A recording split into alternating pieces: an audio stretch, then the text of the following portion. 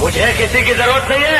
अरे जब मैंने अपने दिल में रहने वालों के जाने का अफसोस नहीं किया तो घर से जाने वालों की जब भी तो की